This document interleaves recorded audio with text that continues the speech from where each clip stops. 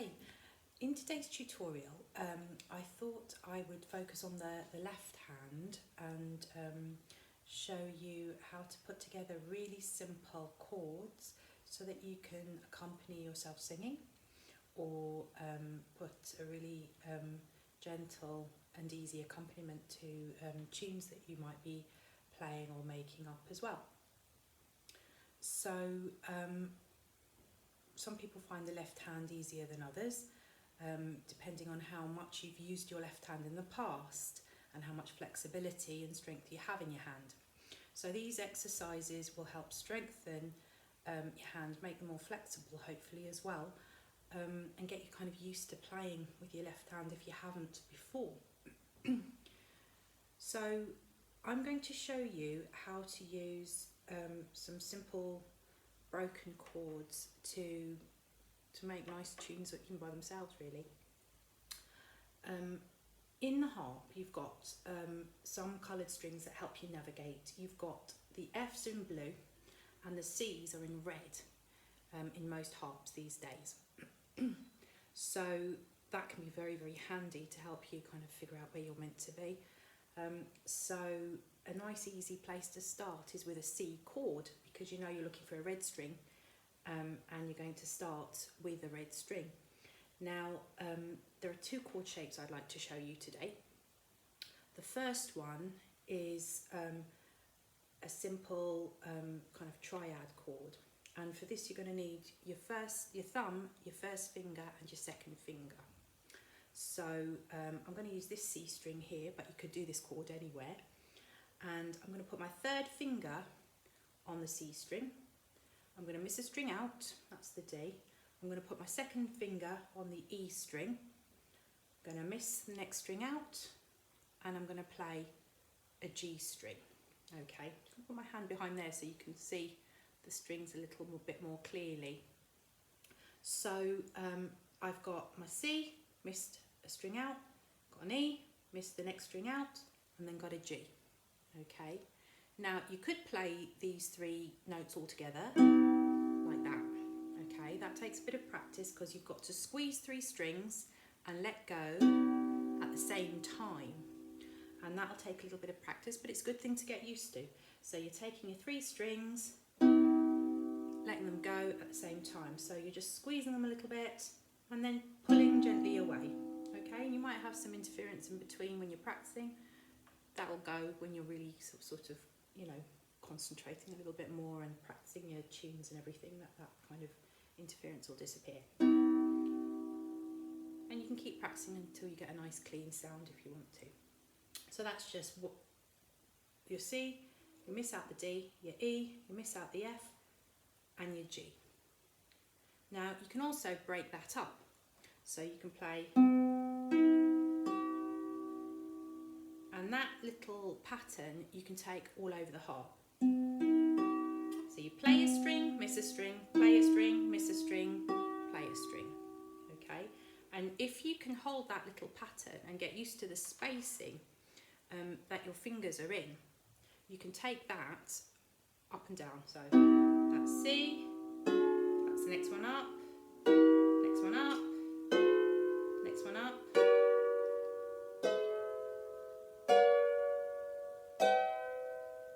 Okay, so it's play a string, miss a string, play a string, miss a string, play a string. Okay, and using your red string to show you where your C is, to remind you where your C is as well, so then you know you're playing in the key of C and you're starting on a C. If you wanted to do F, you could start on the blue string, play a string, miss a string, play a string, miss a string, play a string. Okay, now I've got my F sharp up. I've just realised I've got my F sharp lever. So my levers change the sound of the strings by making them slightly higher or lower by a semitone, which is half a tone in music. So I'm going to put that back down where it's supposed to be and I'm going to play that again.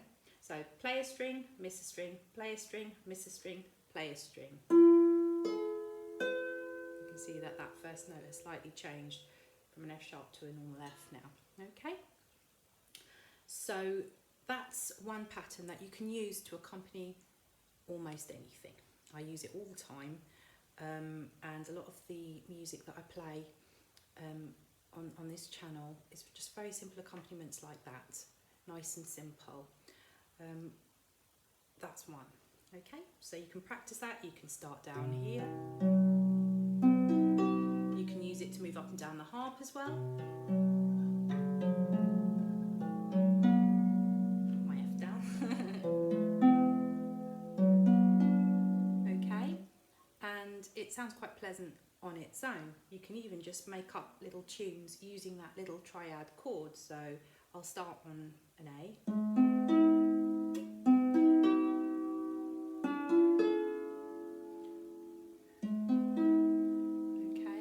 That's something you can really experiment with and practice.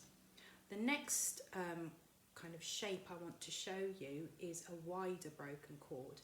So I'm going to use my C again so that I know where I am. And this time I'm going to use my fourth finger. Okay, so I'm going to grab that string with my fourth finger. Then I'm going to count 1, 2, 3. I'm going to go for the next string up. So there's 3 strings in between. I'm missing out 3 strings. Okay, now I know I'm going to hit the right note because it's 1 up from my F, so I know that that's a G. I'm going to play C, G, C. I'm going to hit that top note as well. So I've got my 2 red strings and I've got one pretty much in the middle, more or less. Okay, so there'll be 3 strings behind it and 2 strings above it, and it sounds like this. Okay, I'm going to do it higher so you can see. Sorry. So it's C, G, C, and you can take that pattern anywhere as well and use it as an accompaniment too. So I'm going to go up from the C, I'm going to play a D, so I'm going to miss out 3 strings. So D, I'm going to hit the A next, and then I'm going to miss out 2 strings to hit the next D. So these notes, the last note and the first note, are going to be the same. They're just an octave. They're the same note. Okay, so I'm going to use my 4th finger, 2nd finger and thumb. Okay, I'll show you a little bit higher. Okay. Okay, so again, I'm going to take this up and down the harp to show you how it can just sound pleasant on its own. Okay.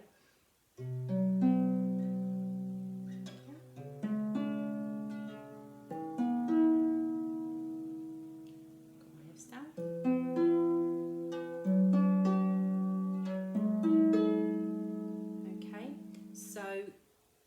Use that loads.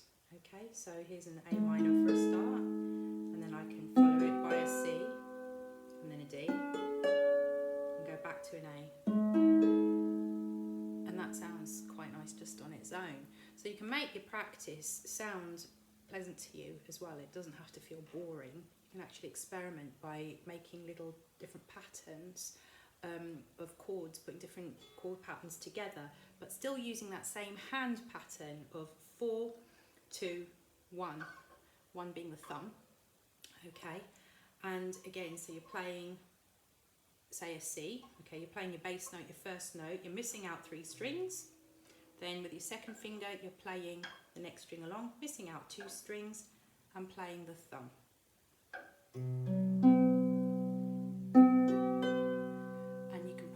Moving that up and down the harp as much as possible. Now if your hand gets tired, rest it, shake it out, rest your hand. Don't be working any stress or tension into your hand. Take it from someone who's done it in the past. You want to be really relaxed, and if you're not used to playing with your left hand, you might find that your left hand gets tired quite quickly. That's normal, it's fine. It's a good place to kind of just rest. And little and often is better than just going at it for a long time and working yourself into discomfort. So also the frequency, the more you do it, the more your muscle memory will build up and the more natural that hand pattern will feel to you.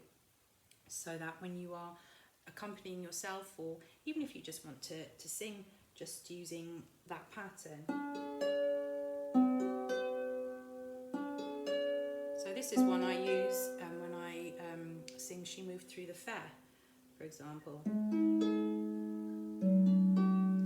And that's use as my accompaniment to that tune. You can find it on my channel if you want to listen to it. I just use two chords, 2 broken chords, pretty much all the way through to accompany myself when I sing, so that I can concentrate on my singing. So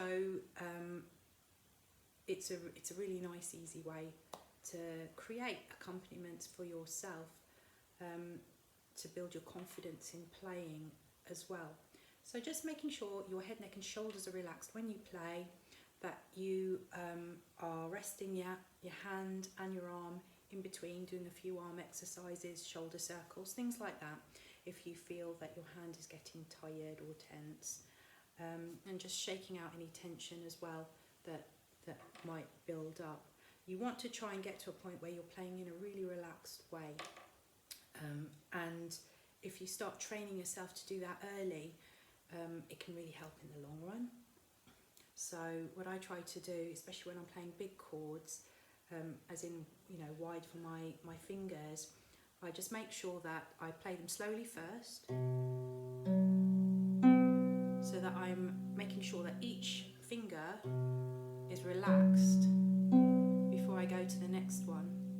And then it starts to feel like a really nice stretch actually. It doesn't feel uncomfortable at all once you've kind of taught yourself to do it that way.